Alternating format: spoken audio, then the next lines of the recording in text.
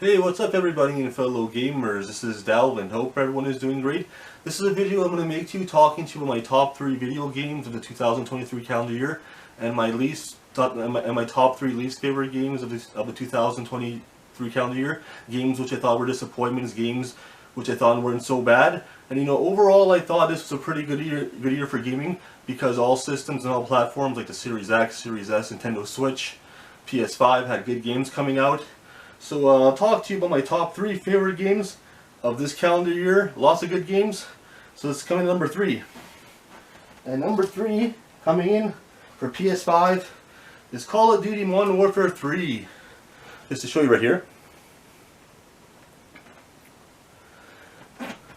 And yeah, the only reason why I'm picking this game in my top list is because of the online, because of the Modern Warfare 3 online and zombies.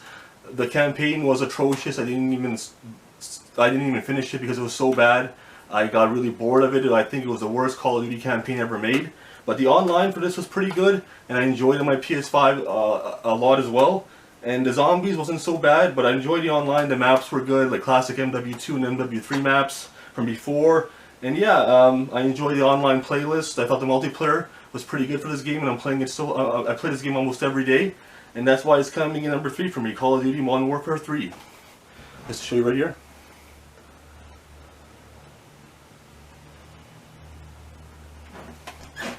Okay, that's number 3. Number 2 is RoboCop Rogue City for PS5.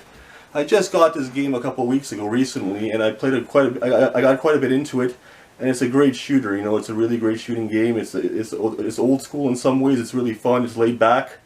It's a really well-made game, and I think it's in contention. On my list, it's in contention for top games of the year. But I'm pretty sure for other people it is as well, because this game was highly underrated, and when people played it, they really liked it. So it got really good feedback and ratings.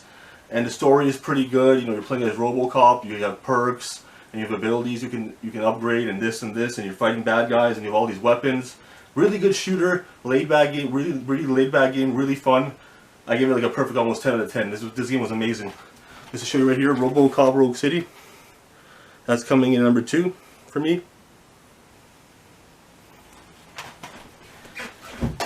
And my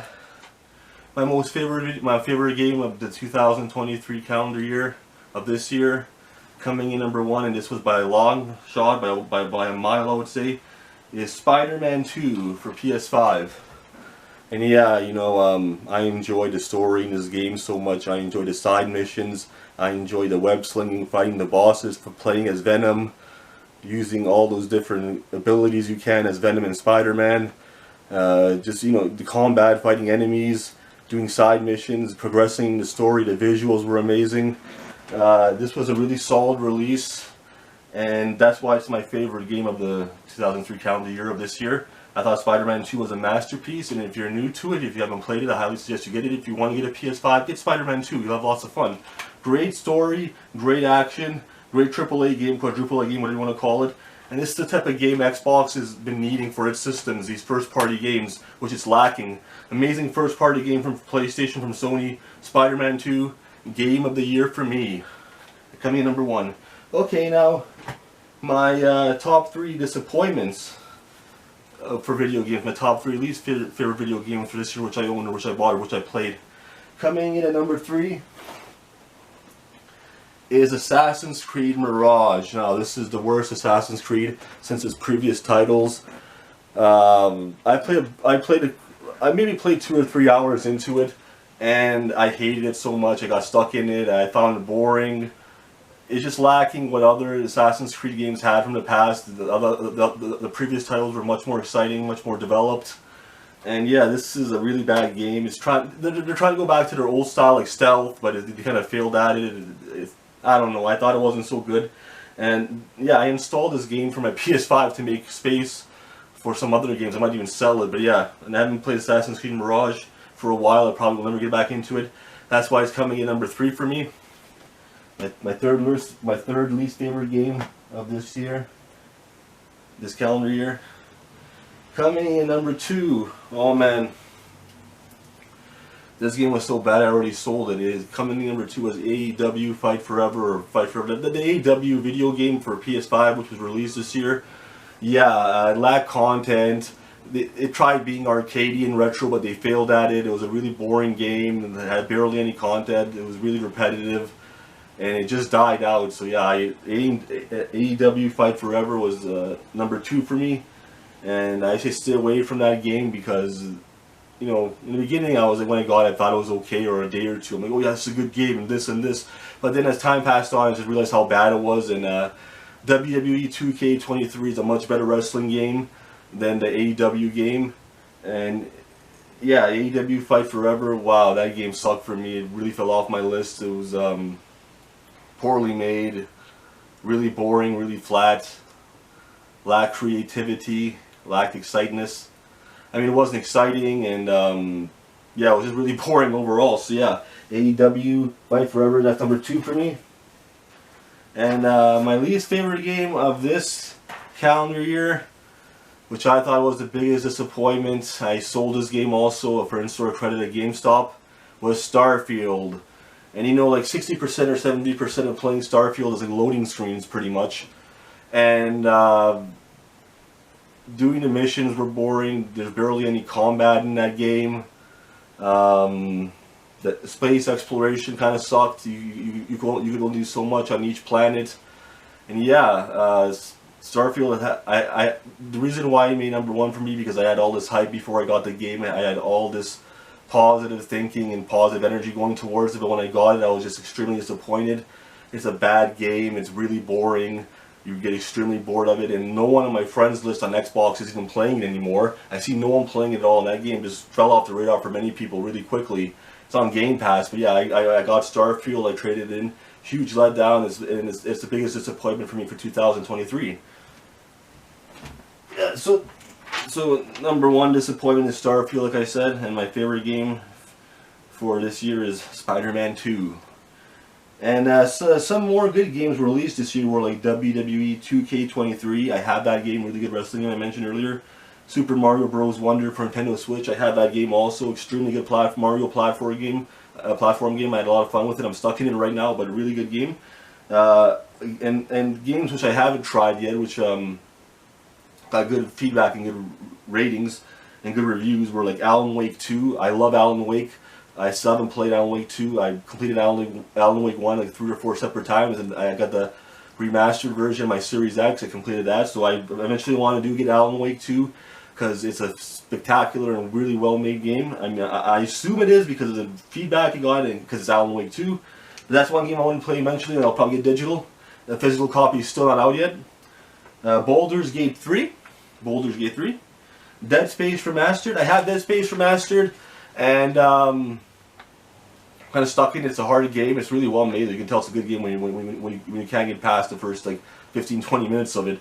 But I have Dead Space Remastered. It looks beautiful on the PS5, and I'll probably put more time into it. But it's one of those games where you need thinking, and you need a little bit of logic and thinking. So that's why I put it on this list.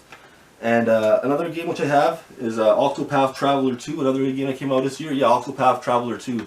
I haven't played that game for a while, but I love it so much. I put some time into Octopath Traveler 1 as well for my Switch, and I put some time for my PS5 Octopath Traveler 2. Really good game. I highly suggest you check it out if you haven't played it, or if you haven't even heard of it.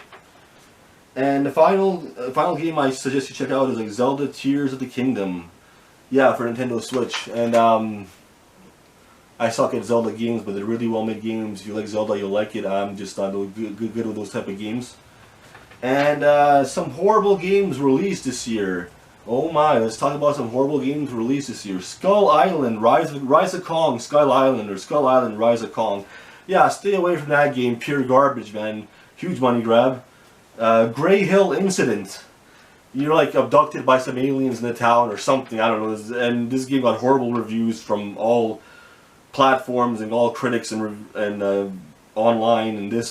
So yeah, stay away from Grey Hill Incident. It's that game, I guess, where aliens abduct you or something, some kind of horror game, I don't know. And the worst game, I would say, one of the worst games that you probably made, which I haven't played and never will, is the Lord of the Rings Golem. Yeah, that game got extremely bad reviews, extremely bad ratings. I think there was some hype for that game before it came out, or people thought it might be good. But no, that game was a huge disaster, and it's sad to see games being released like that in this day and age. You know, we have all this technology and how gaming has progressed over the years. Sad to see games like Lord of the Rings Golem or Rise of Kong come out these days. Pure money grabbers, pure waste of money. So yeah, these are my top 3 favorite games of 2023 and my least favorite games of 2023. Let me know what games you like, what games you've been playing, and what your favorite games of this year are, and which games you didn't like, or which games you hated. And sorry, my camera cut off. Like I said, I thought overall this was a pretty good year for games, because each platform has something to offer.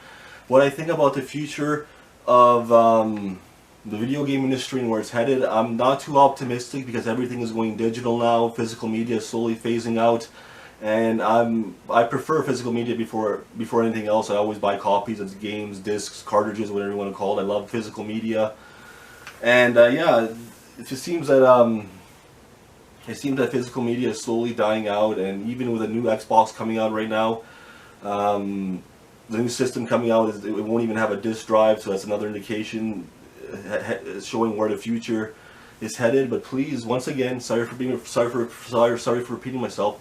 Let me know what your what's your favorite video games of this 23 calendar year are, which ones you didn't like, which you liked, which games you're playing, and what you thought of games for this year as a whole. This is Dalvin signing out. Happy gaming, everybody. Thank you. Take care. Happy gaming. Bye bye.